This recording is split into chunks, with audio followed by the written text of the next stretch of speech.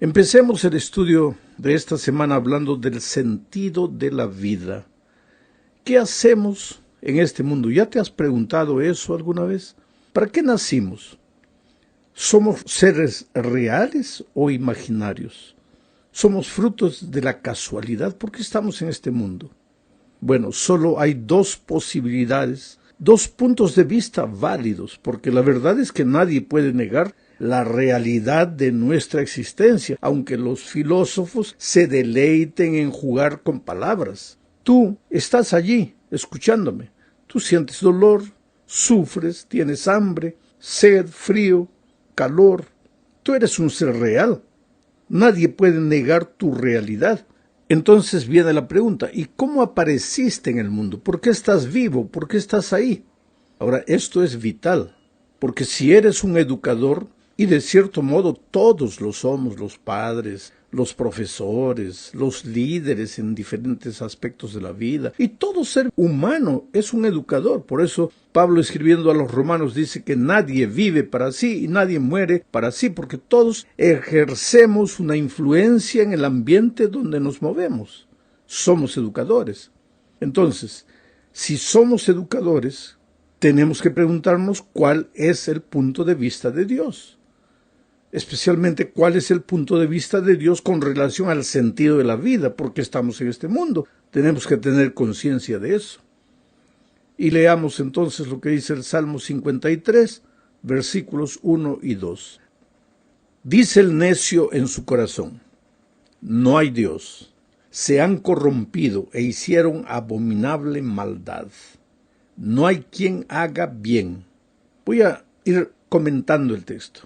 Cuando el necio dice no hay Dios, está entrando en un terreno de oscuridad. Por eso dice el salmista, dice el necio en su corazón. El sabio jamás diría que no hay Dios.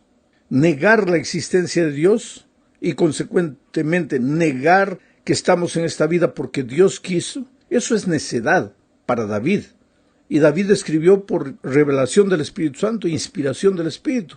Entonces, lo que dice David es el punto de vista de Dios.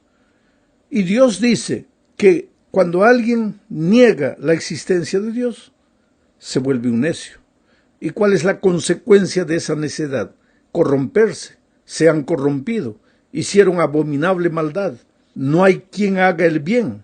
Dios desde los cielos miró sobre los hijos de los hombres. Esta es la otra verdad. Tú puedes vivir como quieras, tú puedes hacer lo que quieras, tú puedes decir que no existes, Dios no existe, tú puedes filosofar, racionalizar, argumentar, lo que tú quieras, pero Dios desde los cielos mira lo que estás haciendo en esta tierra. Dice, Dios desde los cielos miró sobre los hijos de los hombres, para ver si había algún entendido que buscara a Dios. Mira, mientras el necio niega a Dios, el entendido busca a Dios, el sabio, el sensato busca a Dios. Otro texto de la Biblia, Proverbios 15:3, dice, los ojos de Jehová están en todo lugar mirando a los malos y a los buenos. Quiere decir que en este mundo, para Dios, no hay varios grupos de personas, solamente dos grupos, malos y buenos. No hay más o menos buenos, más o menos malos. Solo dos, malos y buenos. Y en la Biblia eso encontramos muchas veces ese concepto. Cuando Cristo vuelva a esta tierra encontrará ovejas y cabritos. No encontrará ovejas, cabritos, jirafas, elefantes, no, solo dos grupos. Los que edifican en la roca y los que edifican en la arena. Los que temen a Dios y los que lo rechazan. Solo dos grupos. Ahora, los que lo niegan son necios. Los que lo aceptan son sabios, son entendidos. El elemento central, entonces, de la educación cristiana es aceptar la realidad de Dios, enseñar la realidad de Dios. Y no solo la realidad de Dios, sino la clase de Dios que Él es, un Dios personal, un Dios que nos ama, un Dios que se relaciona con nosotros.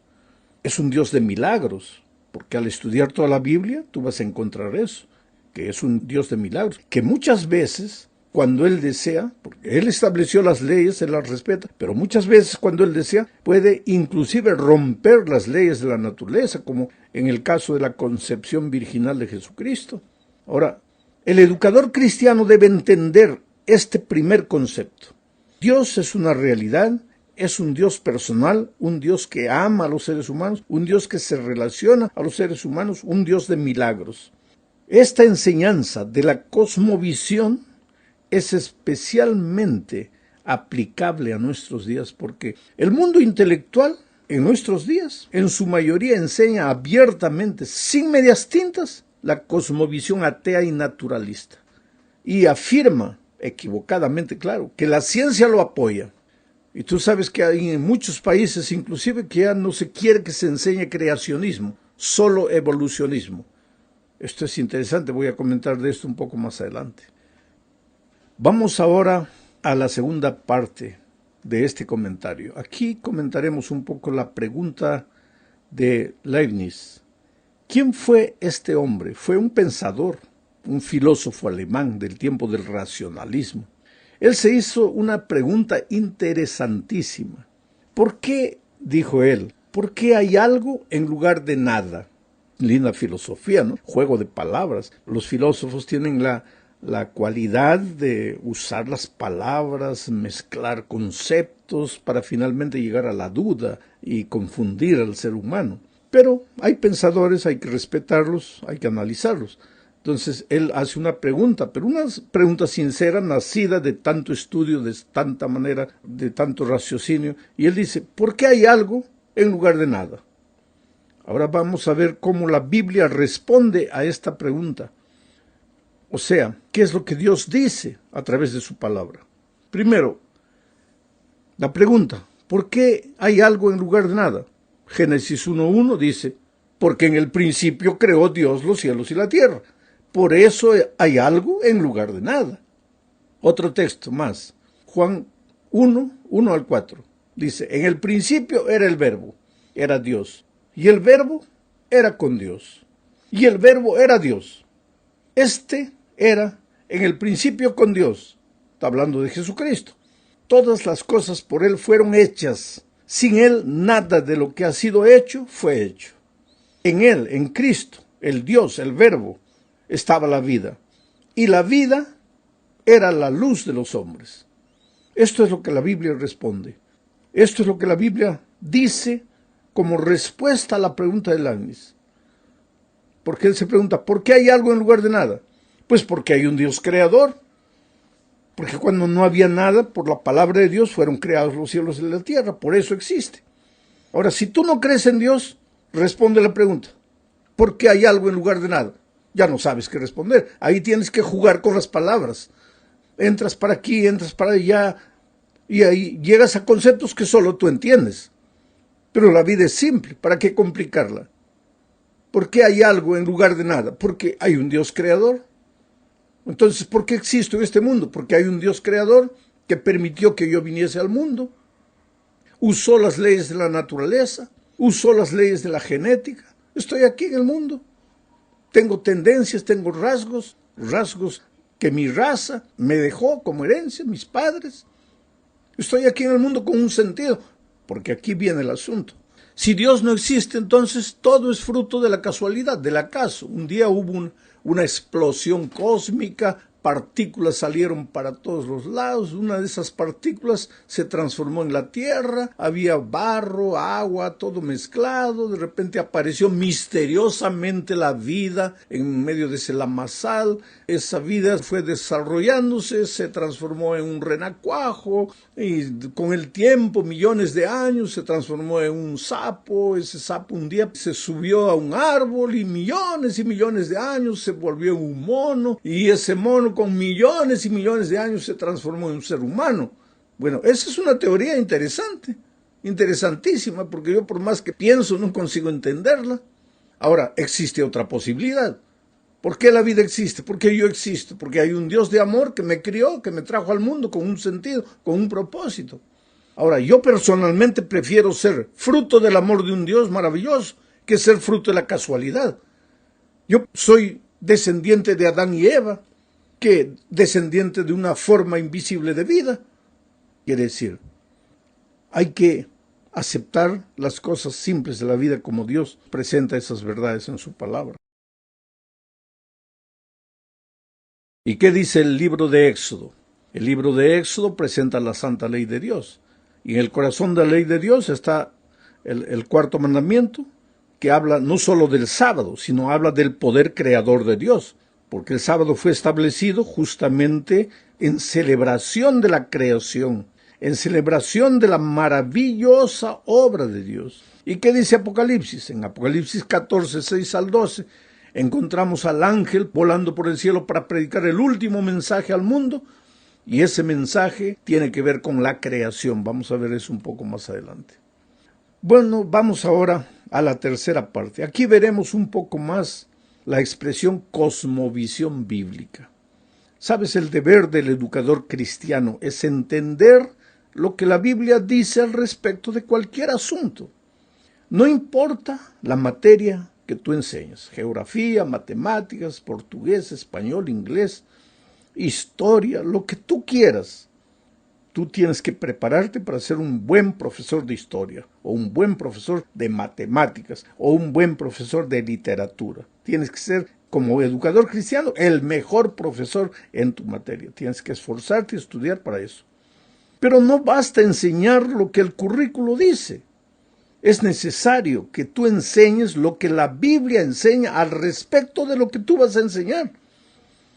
Porque la realidad es que en muchos países, como ya dije, no se coloca delante de los alumnos opciones, sino que se coloca el concepto que los ideólogos de la educación de ese país desean que se presente a los alumnos. Ellos se quejan del radicalismo, pero cuando se trata de las ideas con las cuales ellos no están de acuerdo, en este caso con las ideas bíblicas, ahí nos acusan de radicales. Pero ellos mismos son radicales al defender sus propias ideas. Ahora, ¿por qué un país, por qué los ideólogos de educación de un país tienen que decir, vamos a enseñar esto a los alumnos? No, pues coloca por lo menos dos caminos, dos opciones. Defiende, expone delante de los alumnos las dos opciones y deja que el alumno escoja. ¿Pero por qué? Cuando se quiere defender principios y valores bíblicos, ahí vienen los ideólogos. No, eso es radicalismo. ¿Y no es radicalismo lo que tú quieres imponer, contrario a las enseñanzas bíblicas? Pues aquí viene la sabiduría del educador. Y solo es sabio el que busca a Dios, el que entiende a Dios, el que acepta las cosas simples de Dios.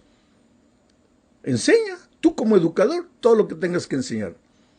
Pero busca en la palabra de Dios qué es lo que Dios piensa al respecto de lo que tú vas a enseñar. Ahora, ¿por qué todo esto sucede? Es que hay una lucha invisible entre lo que la Biblia dice y lo que dicen los hombres. Todo eso tiene una cortina de fondo. Y Pablo, escribiendo a los Efesios capítulo 6, versículo 12, explica, dice, porque no tenemos lucha contra sangre y carne, sino contra principados, contra potestades, contra los gobernadores de las tinieblas de este siglo, contra huestes espirituales de maldad en las regiones celestes. ¿De qué está hablando Pablo aquí? Hay un conflicto de los siglos, desde que Lucifer se levantó en el cielo contra Dios. La humanidad, allá en la tierra, cuando el mal se trasladó a esta tierra, ha seguido, así como la tercera parte de los ángeles, ha seguido al rebelde Lucifer. Y lo que quiere Lucifer es sacar de la existencia humana el concepto de Dios. Que el ser humano adore cualquier cosa menos a Dios. Que el ser humano piense en cualquier cosa menos en Dios. Y últimamente se vale de la educación formal en las escuelas, en los colegios, en las universidades, para enseñar sus conceptos, como si fueran ciencia, como si fuera todo documentado. Pero esos profesores que enseñan eso, muchos de ellos jamás abrieron la palabra de Dios para ver lo que la Biblia dice. Pero si estamos en el conflicto de los siglos, finalmente el propósito del diablo es llevar a la perdición a todos los seres humanos. Se nos está yendo el tiempo, vamos a la cuarta parte. Hablemos aquí sobre la adoración al Creador. Apocalipsis 14, 6 y 7 dice: vi volar en medio del cielo a otro ángel que tenía el evangelio eterno para predicarlo a los moradores de la tierra. ¿Y en qué consistía ese evangelio eterno? Diciendo: temed a Dios, dadle gloria, porque la hora de su juicio ha llegado. Y adorad a aquel que hizo el cielo y la tierra, el mar y las fuentes de las aguas. O sea, el último mensaje de Dios al mundo, el último pregón, es el evangelio eterno. Pero el evangelio eterno no es solo el hecho de que Dios te salva, de que estás perdido, acabado y Dios te salva. No es solo eso. El evangelio eterno responde a la siguiente pregunta: ¿y por qué Dios te salva? Porque estás perdido. ¿Y por qué te has perdido? Porque fuiste creado como un ser perfecto, pero te separaste de Dios y el carácter de Dios se deformó en ti. Y entonces ahora viene el Señor Jesucristo, se hace hombre para morir en la cruz, para restaurar en el ser humano la imagen perdida de Dios, para restaurar el carácter del hombre, para restaurarlo, para salvarlo, para rescatarlo, para redimirlo. Y el evangelio eterno entonces no puede predicar solo lo que Jesús hizo en la cruz, tiene que predicar también lo que Dios hizo en la creación, junto al Padre, junto al Hijo y al Espíritu Santo. Tiene que predicar cómo el enemigo destruyó la imagen de Dios en el ser humano. Y finalmente, después de hacer entender al hombre que tiene que devolverse a Dios, entonces llevar el hombre a adorar a Dios. ¿Y todo esto por qué? Porque hay un juicio. Porque la hora de su juicio ha llegado. Esto es parte del último mensaje que tiene que ser predicado al mundo. Nosotros como iglesia hemos sido llamados para predicar eso, y nuestras escuelas existen para enseñar eso, y nuestros profesores existen para enseñar eso. Bueno, querido, llegamos al fin de este estudio hablando de la ley de Dios. Primera de Juan 3, 4 dice: todo el que practica el pecado, practica también la infracción de la ley, pues el pecado es infracción de la ley.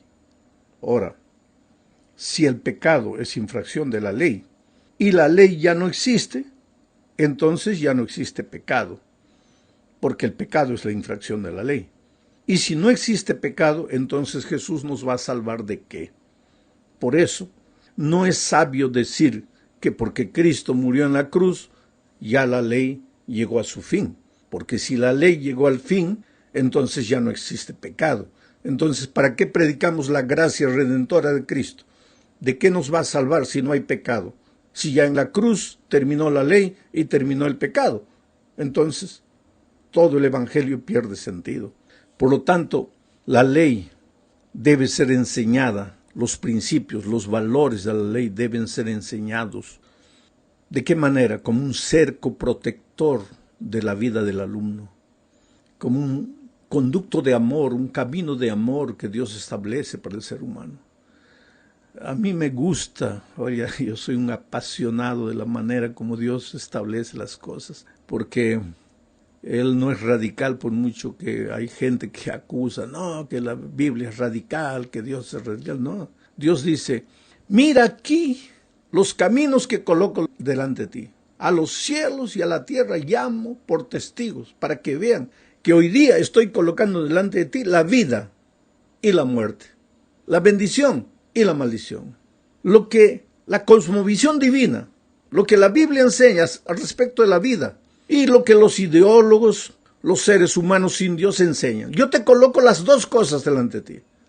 Te aconsejo que escojas la vida, pero tú eres libre.